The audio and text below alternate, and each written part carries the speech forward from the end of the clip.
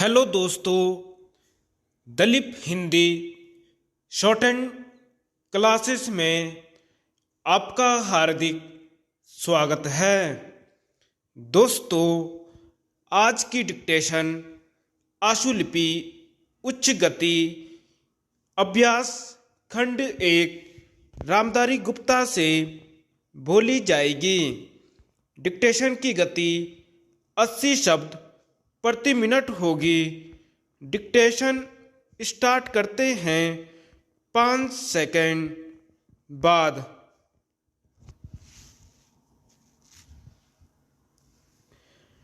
महोदय, जब तक अहिंदी भाषी हिंदी को हृदय से स्वीकार नहीं करते, तब तक वह राष्ट्रभाषा का स्थान नहीं पा सकती।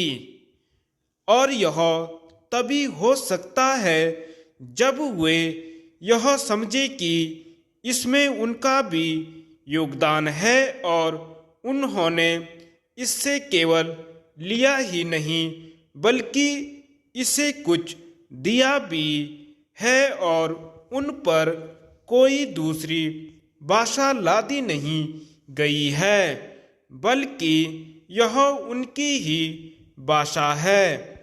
मेरे कहने का अर्थ यह नहीं है कि आप उनकी ही व्याकरण अपना लें।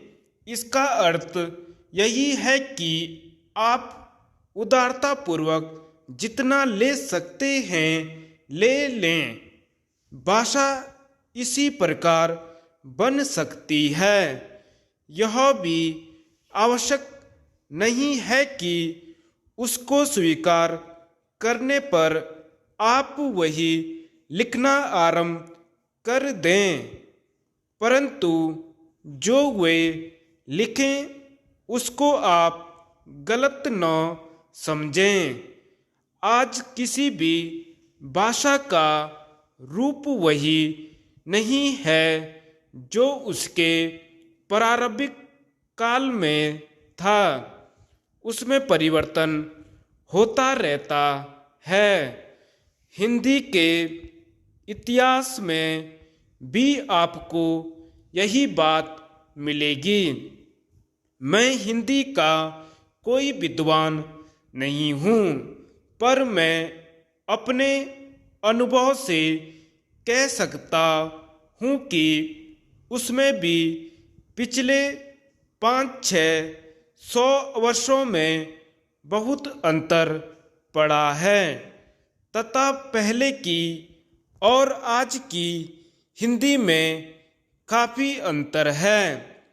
इसलिए नवयुग में जब वह देश की भाषा बनने जा रही है तो उसमें थोड़ा अंतर करना भी पड़े तो वह स्वीकार कर लेना चाहिए, जिससे उसका अन्य प्रदेशों के लोगों के साथ मेल बैठ जाए।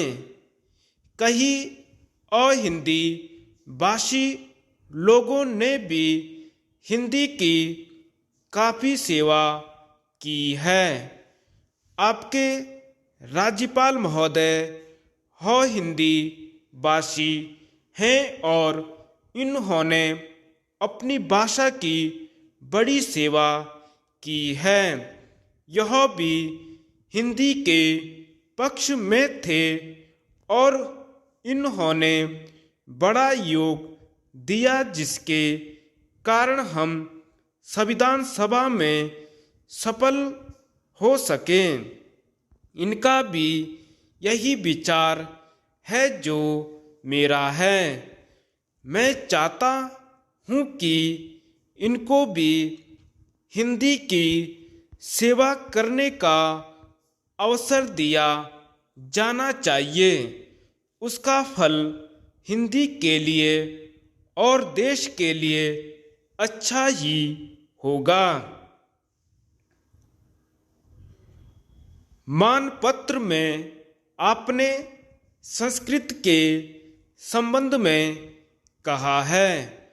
मैं मानता हूँ कि हमारे देश में संस्कृत का अध्ययन आवश्यक है, क्योंकि देश की सभी भाषाओं का स्रोत वही भाषा है। संस्कृत से हमारा संबंध अटूट है। इसकी पढ़ाई लिखाई कम हो गई है, यह हमारे लिए दुख की बात है। मैं आशा करता हूँ कि इसकी उन्नति होगी। धन्यवाद।